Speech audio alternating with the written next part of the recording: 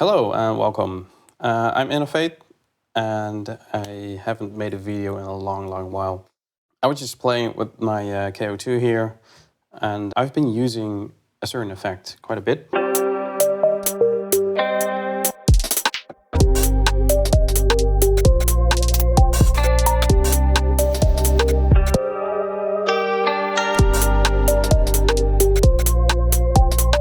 At the beginning, when I was pressing it, I didn't really realize what was going on and I was kind of turned off from it.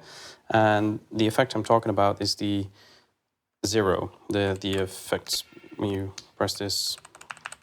So what happens is it sort of like shifts sounds and it seems like to be very random, but that's actually not what's going on.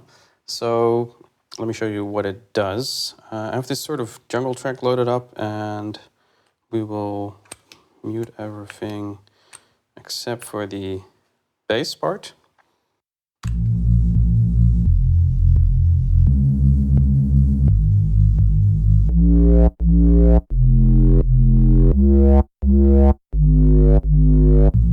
So if you pay close attention, what is happening is originally it's playing this pad, but when I press the shift 0 or effects 0 punch-in effect, it's playing pad number 1.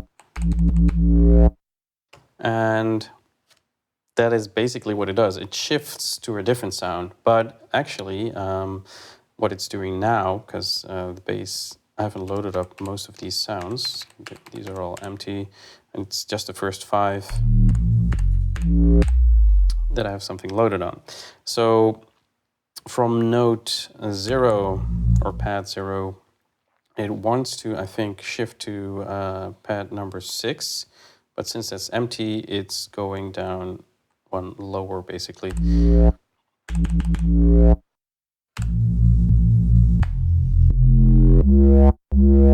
See, so you see the note is still triggering, but this sound bank is now highlighted.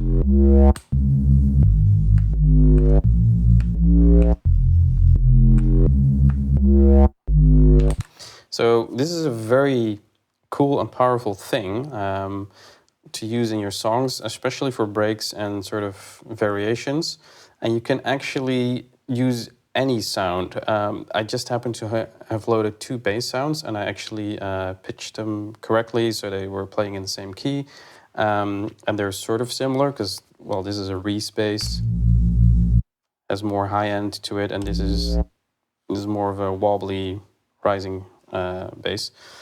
But let's show you what it does when it's doing a completely different thing. So it wants to go to pad number 6, nothing on there. Let's pick, I don't know.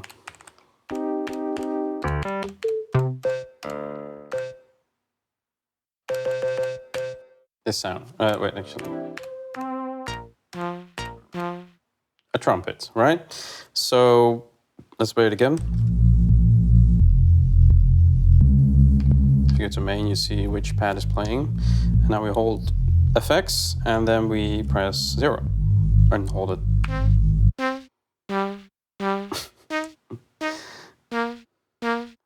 That's all it's doing.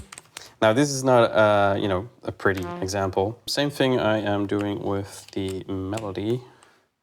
Well, it's a pad actually.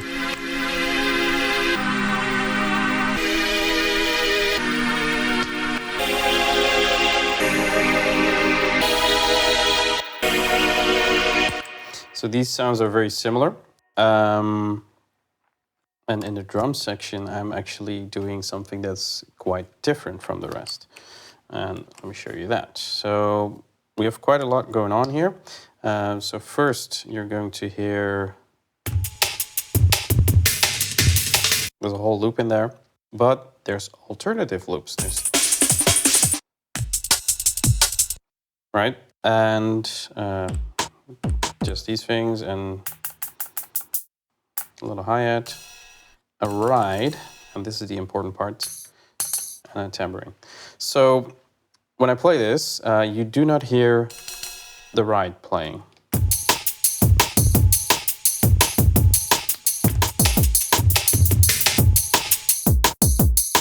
just disabled that loop for a second just to illustrate.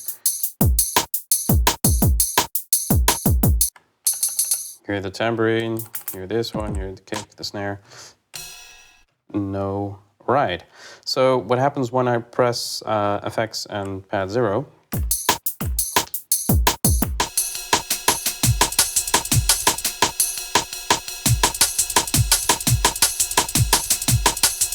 So now this constant, what is it, 16th note hi-hat becomes right, which is a very nice variation to have in jungle and drum and bass, right?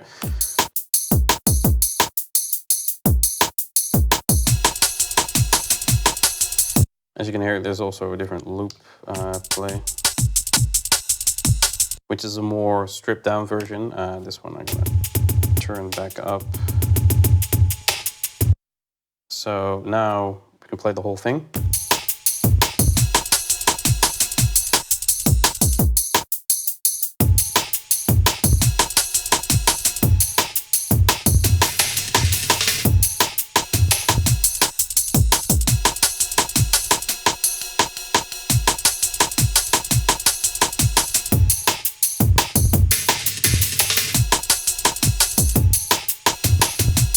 So this is very nice to vary, and the more different you make the sounds and the loops and then the melody things, the cooler it gets. Yeah, when you play these things together, this is what you can do with it. And it's very powerful when you start combining it with the other ones, notably number 8 and the, the point effects. So what this one does is it pitches things up an octave or down an octave randomly. Not all the time, just sometimes. So with the bass, you get a really cool thingy, because this one higher up is actually, you know, it starts to move more.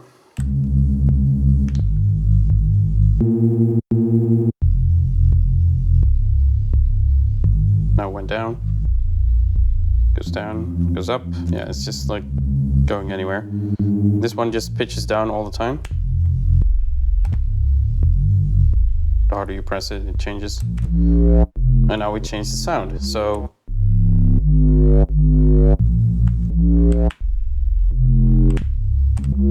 you can alternate. You can press them all at the same time.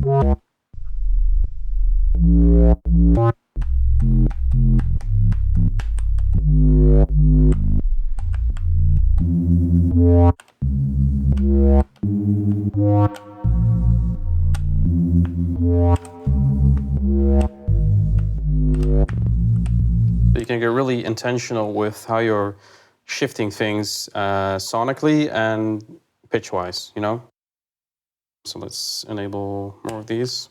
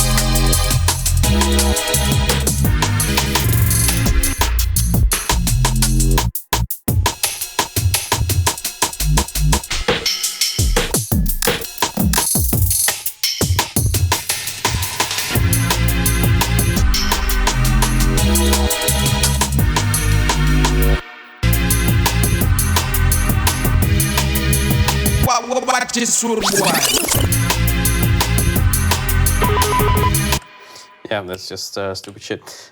So this is all pretty straightforward. Let me show you a song where I've actually messed with the melody a lot. Also, just a note, this drum kit is set up, I would say, correctly, because it's shifting the hi-hat to the right, as you've seen before. So that's a good thing, but I've noticed in earlier songs where I didn't really realize where the shifting was going, that I put my hi-hats on here. This is still there, but I'm not using it. And I think the kick starts playing from here to there. Or let's say the hi-hat note is playing now all the way down here. So you get on the off beat, where you have a hi-hat, you get a kick, which is very ugly and undesirable, actually. So let me show you a project where the melody is good, but the drum kit is kind of in the wrong place. That is number 3, I believe. Yep, there we go. So let's mute this first. So you have this melody, that's very nice. We have a couple of sounds on here. So this one's playing. And you have this one above it. So notice what happens here.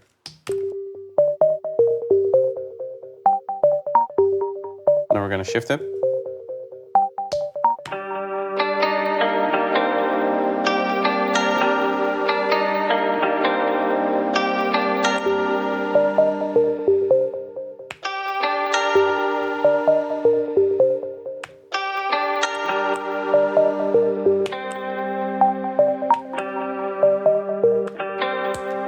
So you can shift to a completely different vibe, right? So this is a very synth bloopy sound, and this is a shamisen Japanese thing. And yeah, which is very nice. You can use this in breaks to just like lift the melody out of the mix and just accentuate it. I'll show you that in a second.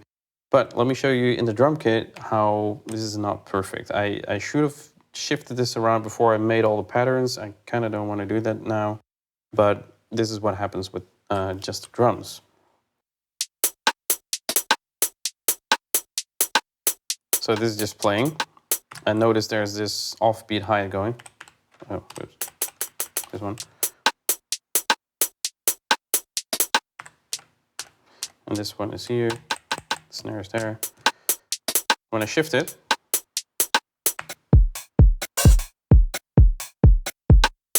this one now shifts to here and is playing the kick as an offbeat, which is very off-putting. I'll show you in the context what sort of happens. It's okay, but I wish I would have done it better.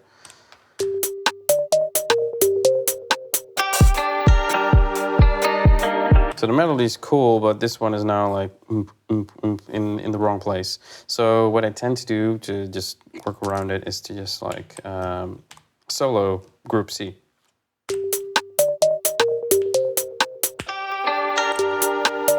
Which works.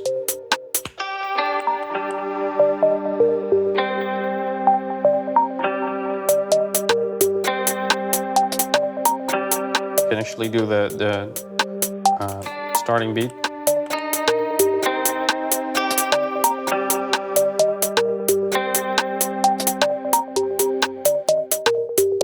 Which is really good. Let me show you some more in full context.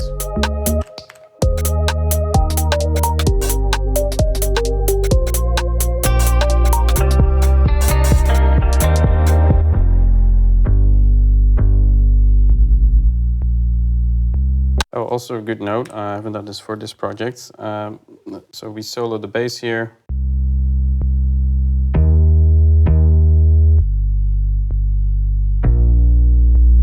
So they might overlap a little bit, which is not so desirable. You can actually do techniques like this. So I'm gonna do the first note with the shift and then gate the open hi-hat or the offbeat hi-hat with that.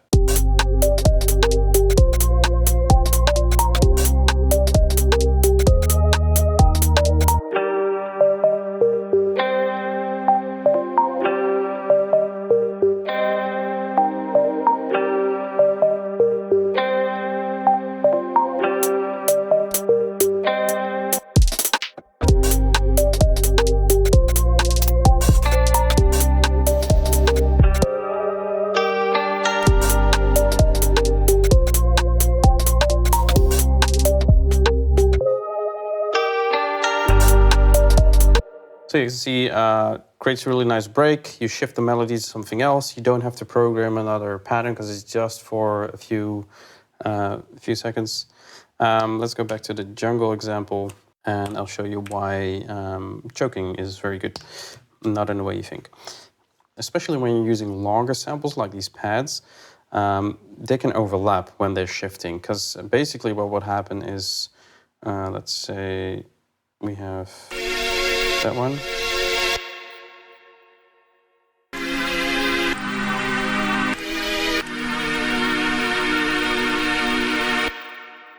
After the melody finishes, it keeps on going for quite a while. But what happens is when you're shifting at the moment, for just maybe even one note or for a new melody cycle, the tail end of the other sound will keep playing and it'll overlap in the wrong note as the new sort of shifted melody is playing. When you don't do it correctly, so you go to grouping, you see I have everything grouped.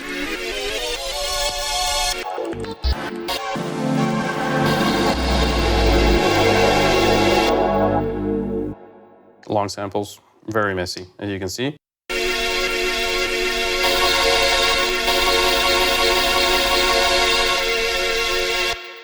Now they're overlapping. It might sound okay, but this is not like melodies intertwining. So let's see what happens here.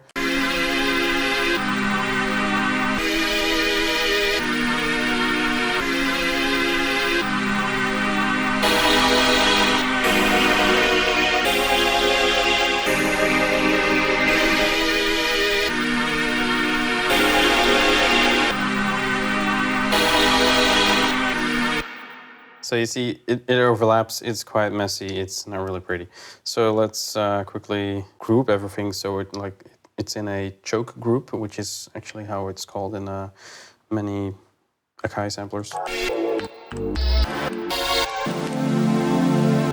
So whenever a melody is playing on this pad and another pad would be played, or another thing triggers, it would cut off the other one. And since we're temporarily shifting, we're actually moving from one sound, playing, and then per note, because this effect is a MIDI-based effect, so the next note over will play in with the shifted sample, and then when you release the effect, it'll turn back to the original sample.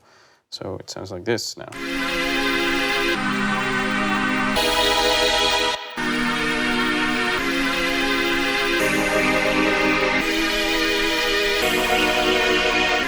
So now it's very temporarily. It's only for that one note that I pressed it before that it applies to. Now it's not overlapping, it's very clean, so it's a very temporary sound. It also makes sure those drum loops aren't overlapping, which is nice, because as you can see here, I have the loops grouped together, so they're not gonna overlap, they're just gonna choke each other out.